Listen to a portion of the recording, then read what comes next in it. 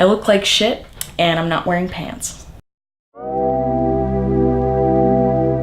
So I'm gonna talk about some things that you can do when you just start tea or also pre-tea that are going to help your face. And this is very important to me when I was doing research on tea. A lot of guys have really bad acne, and so I wanted to make sure that that didn't happen to me. Like 3 days after I start tea, I break out. I didn't have acne when I was in high school, so this is acne karma. So that day, I went to the doctor and I was like, you need to give me some prescription grade shit.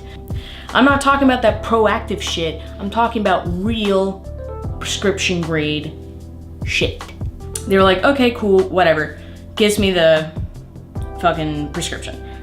Note, my doctor was kind of a bitch. She was like, oh, da da da da da. And I was like, oh, well, I started testosterone. And she was like, why? And I was like, because I'm trans. And she was just like, well, when are you gonna stop using it? And I was like, fucking, I never. You're gonna have to stop eventually. I'm like, well, you're gonna stop eventually being a bitch, hopefully. So, things I recommend before you start tea or right when you start tea, just like me. Get that prescription grade shit. If you can't, do some research on the best possible over-the-counter shit that you can get. It's worth it. It's worth the money because you need to take care of your face. First, I do that. I use that shit. It's like a gel. It's very refreshing. I put it on twice a day, morning, night. And then I also use moisturizer. I recommend using moisturizer that doesn't have a fragrance in it because sometimes the fragrances have these weird like alcohols and other chemicals that could actually really hurt your skin. And like you can live without smelling like cocoa butter. Like just get the regular shit. So I use a little bit of that and then I use the acne shit and I have soft, baby smooth. But then the baby smooth is not something I really want. I want like coarse man hair on my face. Something that I'm researching currently is minoxidil. And I'm saying this just in case you have tried it and you wanna tell me about it. I've seen a lot of videos of trans guys who've used it, so I know that it works.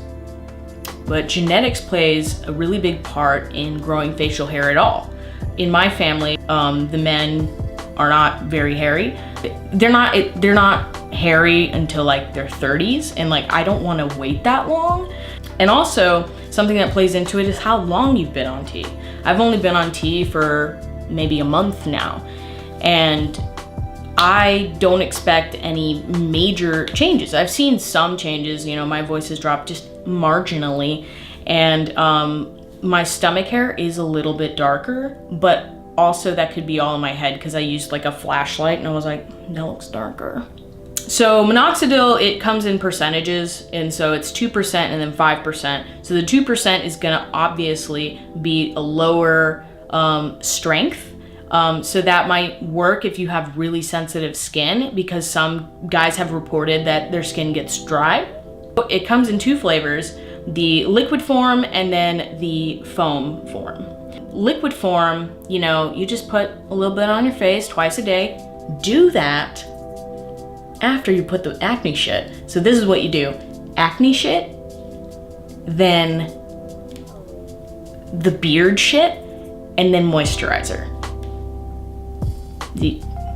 Beautiful.